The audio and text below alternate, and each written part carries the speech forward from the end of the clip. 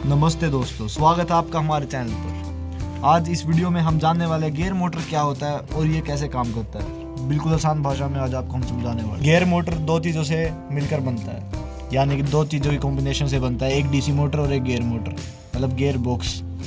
जो ये आपको पीछे दिख रहा है ये एक डीसी मोटर है जो आपको गाड़ियों में दिखती है, और आगे जो आपको ये दिख रहा है ये गियर बॉक्स है जो जिस दोनों से जब दोनों का कॉम्बिनेशन बनता है तभी गियर मोटर बनती है। और जो डीसी मोटर होता है ये बहुत तेज़ घूमती है और इसमें टॉर्क कम होता है, बहुत ज़्यादा कम। गियर बॉक्स मदद करता है टॉर्क को बढ़ाने में, इसलिए गियर मोटर का इस्तेमाल ज़्यादा टॉर्क वाली चीज़ों में किया जाता है।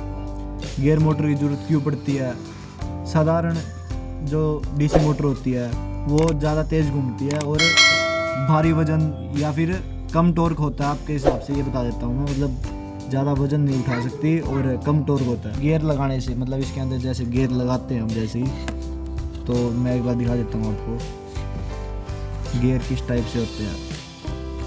आपको इस वीडियो में पूरी जानकारी मिलेगी। जैसे मैंने ये हटा दिया, आपको एक ये दिख रहा होगा, ये गियर है, सबसे पहला गियर है ये। अगर मैं इसको चलाऊँगा तो ये बहुत तेज़ घूमेगा। फिर मैं दिखाता हूँ आपको इसके अंदर आपको ये बहुत सारे गियर दिख रहे होंगे। पहले ये गियर आगे वाले घुमाएगा पहले गियर को, फिर वो आगे वाले गियर को घुमाएगा, फिर एक और गियर को घुमाएगा। इससे मिलके स्पीड कम होती है और टॉर्क हाई होता है। गियर मोटर को आपको 5 स्टेप से समझाता हूँ। सबसे पहले ये हमारी डीसी मोटर है। जैसे मैं इसको पावर दूंगा, इसके आगे एक ये गियर लगा हुआ है, आप इसको गिटार ही बोल सकते हैं। पहले इसकी आवाज़ सुनो एक बारी।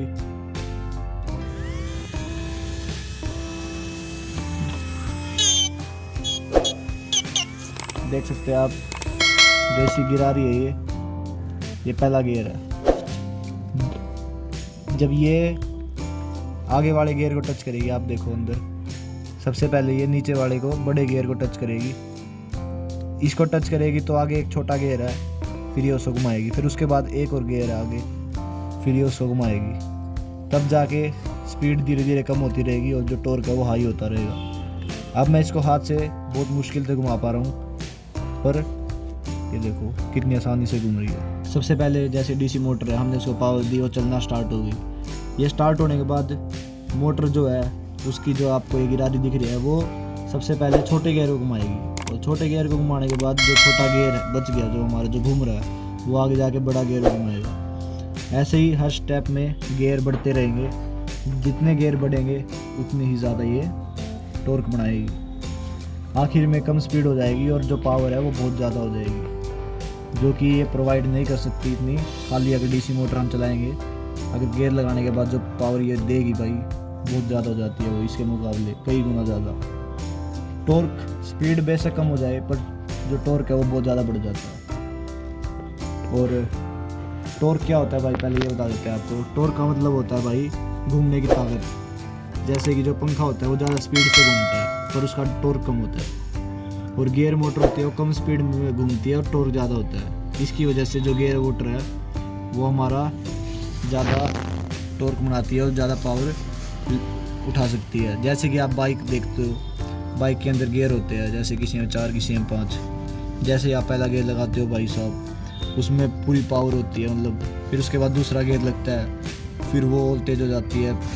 गियर मोटर किस किस चीज़ में काम आती है भाई? जैसे रोबोट कार होती है, हमने बनाई हुई है, उसमें यूज होती है। और ऑब्स्टैकल अवॉइडिंग रोबोट में भी यूज होती है, वो हमने बनाई हुई है। ऑटोमेटिक डोर सिस्टम में यूज हो सकती है।